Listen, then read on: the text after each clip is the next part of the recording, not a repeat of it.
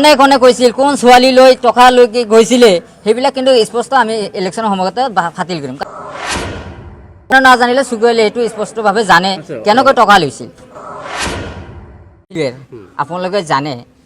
যে মই 2019 চনত এমপি ইলেকশ্যন খেলিছিলোঁ আজমল ডাঙৰীয়াৰ বিৰুদ্ধে কাৰণ আজমল ডাঙৰীয়াৰ বিৰুদ্ধে কোনোবা সাহস নাছিল মই দেখা নাই যে আজমল ডাঙৰীয়াৰ বিৰুদ্ধে এটা মন্তব্য কোনোবা লিডাৰেও বা কোনোবা নেতা পালি নেতা বা ৰাইজেও কোনোবা মন্তব্য দিওঁ আৰু তেতিয়া আমি যেতিয়া জাংগৰ হৈ খাইছিলোঁ তেতিয়া আমাক মাৰিবলৈ কাৰণে কিমান মানুহ সজাগ হৈ মোক মাৰিবৰ কাৰণে কিমান প্ৰিপ্লেন কৰিছিল আজি দিনে দিনে দেখা গ'ল কি হ'ল এতিয়া আজমলৰ বিৰুদ্ধে সকলোৱে মাত মাতি আহিছে কাৰণ সঁচা কথাটো সদায় ওলাই আহে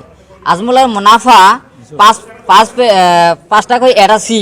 টকা লোৱা সেইবিলাক কিন্তু আমাৰ জনা আছে যে আজমল কেতিয়া টকা লৈছিল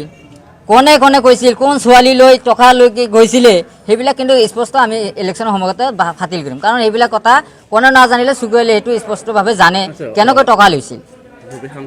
গতিকে এইবাৰ আজমল ডাঙৰীয়া আল্লাহৰ ৰহমতত এইবাৰ আল্লাহৰ ওপৰত আমি প্ৰাৰ্থনা বিচাৰোঁ আৰু সকলোৱে প্ৰাৰ্থনা বিচাৰে আল্লাহ যাতে ৰহমত কৰে মই খেলুৱৈৰ যাতে আল্লাহৰ ৰহমতে ৰাইজে সহযোগিতা হিচাপত আমি এইবাৰ পূৰ্ণভাৱে আজমলক বিদায় দিম এইটো স্পষ্টভাৱে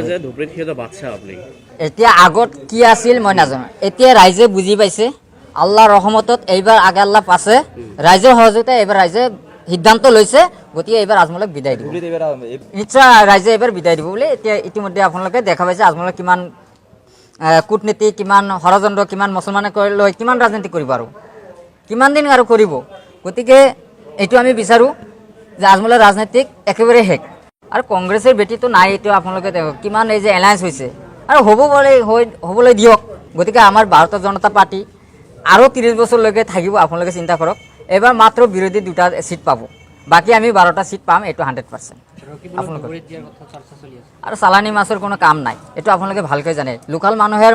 আছে কাৰণ আমাৰ দুখৰ কথা আমাৰ দুখ বেদনা কথাটো আমি পাম যেতিয়া আমাৰ কিবা এটা ইয়াত কিবা এটা দুৰ্ঘটনা হ'ব পাৰে যেতিয়া আমাক যেতিয়া ফোন কৰিব আমি তেতিয়া লগে লগে তেতিয়া ৰকিবলৈ ঘট ক'ত আমাৰ চামাগুৰি যাব লাগিব তাক ফোন কৰিব লাগিব তেওঁ আহিব পাৰিবনে 1 ঘণ্টাৰ ভিতৰত আহিব 2 ঘণ্টাৰ ভিতৰত আহিব পাৰিবনে গতিকে সেইটো কথা ৰাইজে এবাৰ প্ৰত্যুত্তৰ দিব গতিকে এইটো আমাক ক'বলগীয়া একো নাই গতিকে নিশ্চয় এবাৰ আমি খেলি থাকিম আপোনালোকে জানে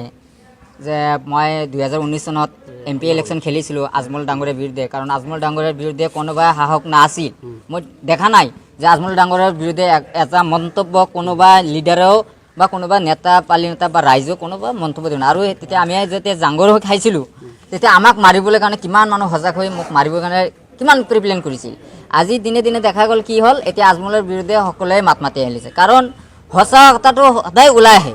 আজমলৰ মুনাফা পাঁচটাকৈ এৰাচি টকা লোৱা সেইবিলাক কিন্তু আমাৰ জনা আছে যে আজমল কেতিয়া টকা লৈছিল কোনে কোনে কৈছিল কোন ছোৱালী লৈ টকা লৈ গৈছিলে সেইবিলাক কিন্তু স্পষ্ট আমি ইলেকশ্যনৰ সময়তে ফাটিল কৰিম কাৰণ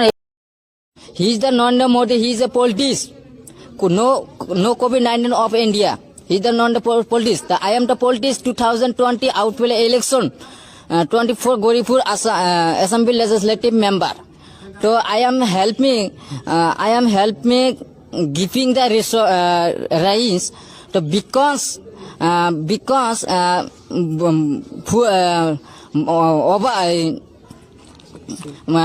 full flat